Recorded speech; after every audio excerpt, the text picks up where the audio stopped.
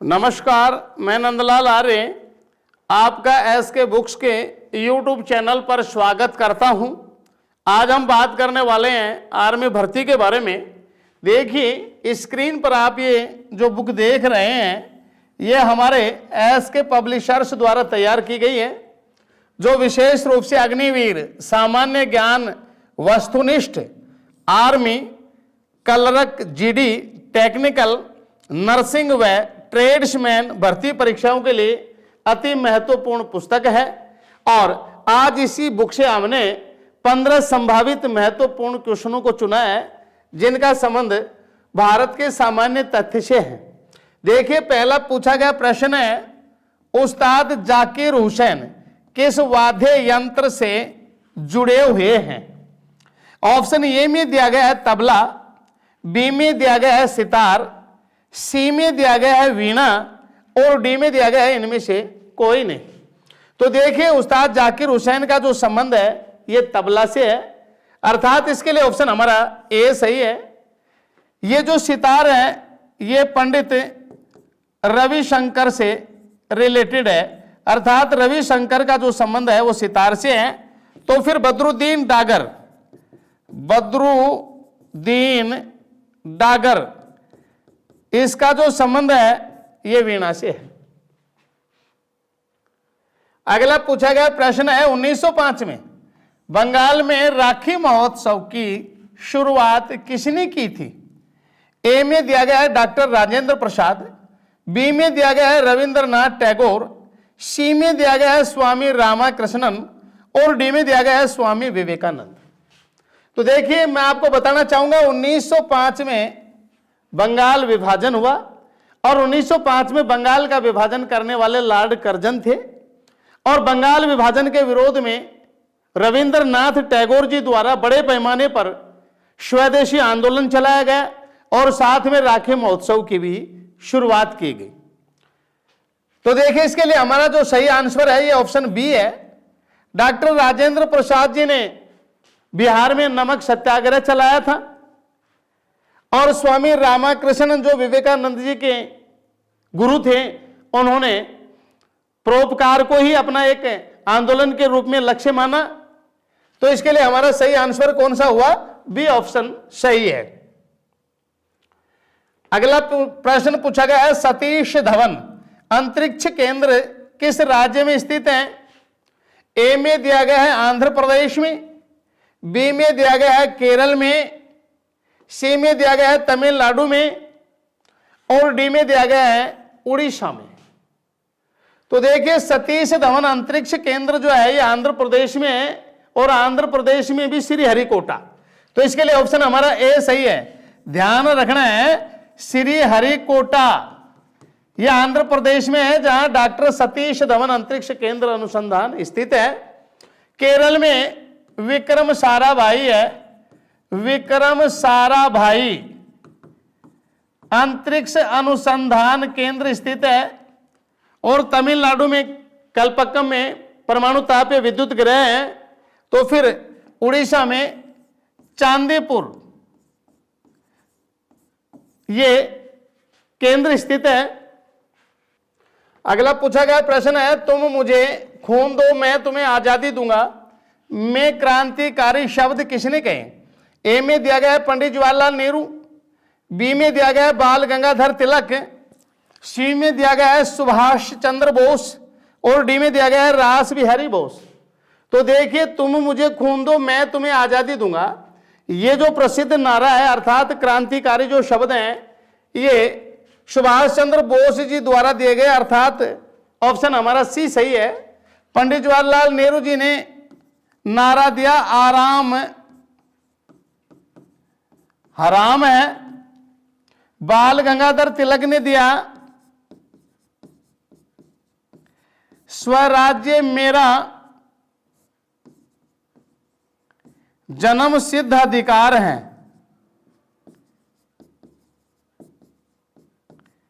अधिकार है और मैं इसे लेकर रहूंगा।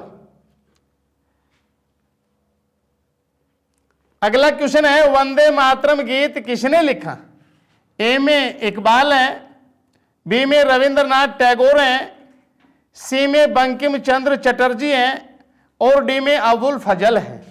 तो देखिए वंदे मातरम ये गीत जो है हमारा राष्ट्रीय गीत है, जिसको पहली बार 1896 ईस्वी में कांग्रेस के कोलकाता अधिवेशन में गाया गया। और ये जो वंदे मातरम जो राष्ट्रीय गीत है, इसके रचनाकार बंकिम चंद्र चटर्जी हैं, अर्थात ऑप्शन सी सही है। और बंकिम चंद्र चटर्जी के द्वारा रचित प्रसिद्ध उपन्यास है आनंद मठ, इससे जो है इसको लिया गया है और इसको गाने का समय 65 सेकंड है। इकबाल के द्वारा तो सारे जहां से अच्छा, सारे जहां से अच्छा हिंदुस्तान हमारा, इसकी रचना की गई है। और रविंद्रनाथ टैगोर द्वारा हमारा राष्ट्रगान लिखा गया है, राष्ट्रगान, राष्ट्रगान जो जनगण मन है। और अबुल फजल द्वारा लिखी गई प्रसिद्ध जो पुस्तक है ये आईने अकबरी है, आईने अकबरी, जिसको अकबरनामा भी कहा जाता है। और ध्यान रखना है अबुल फजल अकबर के 9 रत्नों में महत्वपूर्ण स्थान रखते थे। अगला है मीनाक्षी मंदिर कहां पर स्थित है? ए में मदुरई में, बी में कोणार्क में, सी में वाराणसी में, डी में माउंट आबू में। तो देखिए प्रसिद्ध जो मीनाक्षी मंदिर है ये मदुरई तमिलनाडु में स्थित है, अर्थात ऑप्शन हमारा ए सही है, मदुरई तमिलनाडु।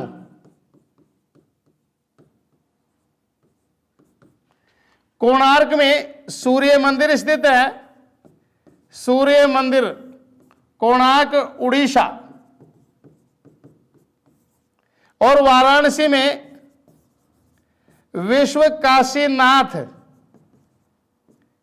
प्रसिद्ध मंदिर है। और माउंट आबू में प्रसिद्ध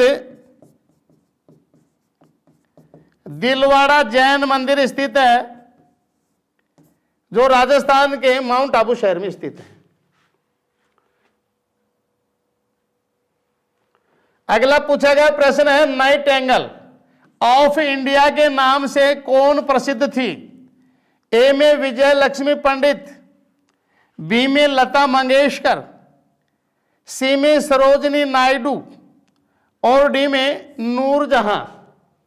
तो देखिए इसमें नाइटिंगेल ऑफ इंडिया के नाम से प्रसिद्ध सरोजनी नायडू थी, जो भारत की पहली महिला गवर्नर भी थी और कांग्रेस की प्रथम भारतीय महिला अध्यक्ष भी थी। तो इसके लिए ऑप्शन हमारा सी सही है। लता मंगेशकर को भारत की स्वर कोकिला कहा जाता है। अगला पूछा गया प्रश्न है निम्न में से कौन सी जोड़ी सही नहीं है? ए में पंडित रविशंकर सितार से, बी में एम.एफ. हुसैन तबला से, सी में आर.के. नारायण उपन्यास से और डी में कैफी आजमी कविता से। तो देखिए इसमें हमें जो सही सुमेलित नहीं हो रहा है उस ऑप्शन को चुनना है। तो ए में दिया गया है पंडित रविशंकर सितार से, ये ऑप्शन सही है। बी में दिया गया है एम.एफ. हुसैन तबला से, तो ये ऑप्शन हमारा जो है ना इसमें गलत है, क्योंकि एम.एफ. हुसैन का संबंध जो है चित्रकला से है, चित्रकला। और आर.के. नारायण उपन्यास से ये भी ठीक है। और कैफी आजमी कविता ये भी ठीक है, क्योंकि ये प्रसिद्ध कवि शायर हुए हैं। तो इसके लिए ऑप्शन हमारा बी है। देखिए अगला पूछा गया प्रश्न है एवरेस्ट पर विजय प्राप्त करने वाली पहली भारतीय महिला कौन थी? ए में बछेंद्री पाल है, बी में जुनको तेबाई है, सी में शेरपा लखपा है और डी में कोई नहीं। तो देखिए माउंट एवरेस्ट पर विजय प्राप्त करने वाली पहली भारतीय महिला बछेंद्री पाल है, अर्थात ऑप्शन हमारा ए सही है। जुनको तेबेई जो जापान की रहने वाली थी, ये माउंट एवरेस्ट विजेता पहली विश्व की महिला है। अगला जो क्वेश्चन है केदारनाथ मंदिर किसके लिए प्रसिद्ध है? ए में भगवान विष्णु, बी में भगवान शिव और सी में भगवान गणेश और डी में भगवान राम। तो देखिए केदारनाथ जो मंदिर है ये उत्तराखंड में है और अलकनंदा नदी के किनारे है, और इसका जो संबंध है ये भगवान शिव से है, अर्थात ऑप्शन इसके लिए बी सही है। भगवान विष्णु से रिलेटेड जो मंदिर है वो उत्तराखंड में ही है, जिसका नाम बद्रीनाथ है। और भगवान गणेश से संबंधित राजस्थान में रणथंभौर में प्रसिद्ध मंदिर है। और भगवान राम से रिलेटेड प्रसिद्ध जो मंदिर है वो अयोध्या में निर्माणाधीन मंदिर है। अगला है भारत के द्वारा बनाया गया यूएवी का नाम क्या है? ए में उड़ान है, बी में निशांत है, सी में मैत्री है और डी में गौरी है। तो देखिए भारत के द्वारा बनाया गया यूएवी का जो नाम है ये निशांत है, अर्थात ऑप्शन हमारा बी सही है। ये निशांत जो है एक लड़ाकू विमान है। बाकी ये जो मैत्री है ये अंटार्कटिका में स्थापित भारत का वैज्ञानिक अनुसंधान केंद्र था।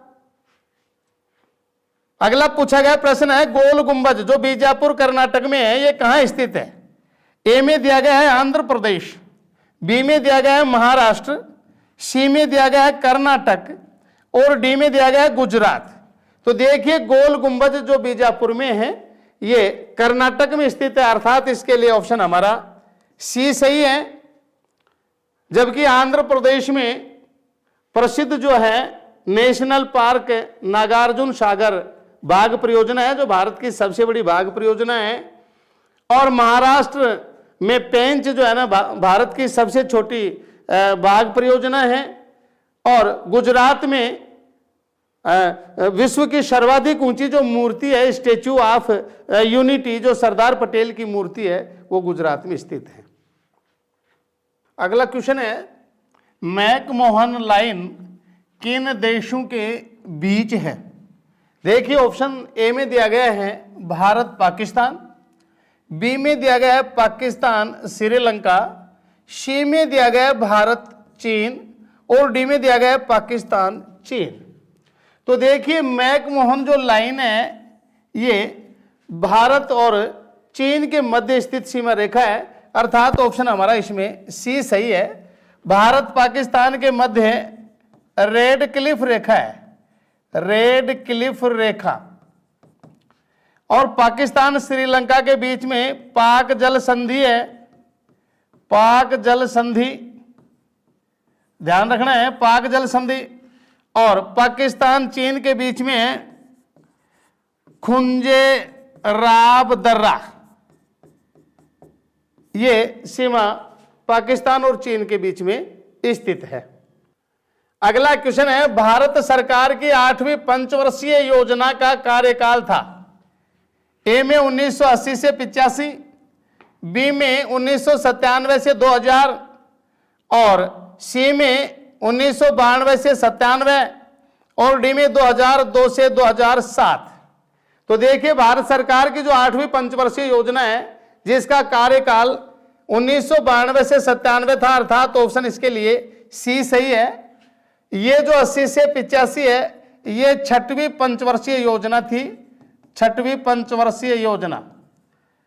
और 1997 से 2002 ये 9वीं पंचवर्षीय योजना थी और 2002 से 2007 जो है ये 10वीं पंचवर्षीय योजना थी।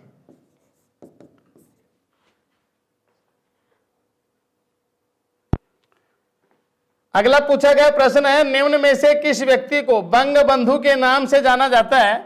ए में रविंद्रनाथ टैगोर, बी में मौलाना भासवी, सी में नूरुल इस्लाम और डी में मुजीबुर रहमान। तो देखिए बंगबंधु के नाम से मुजीबुर रहमान को जाना जाता है, अर्थात ऑप्शन इसके लिए डी सही है।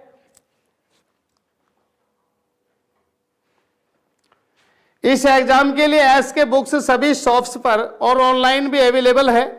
अगर आप ऑनलाइन लेना चाहते हैं तो उसका लिंक डिस्क्रिप्शन बॉक्स में अवेलेबल है। इस चैनल पर हम इस भर्ती और अन्य सभी भर्तियों से संबंधित इंपोर्टेंट जानकारी और स्टडी मटेरियल भी उपलब्ध कराते रहेंगे। तो इस वीडियो को लाइक कीजिए, चैनल को सब्सक्राइब कीजिए और अपने दोस्तों के साथ शेयर भी कीजिए। मिलते हैं अगले वीडियो में। जय हिंद।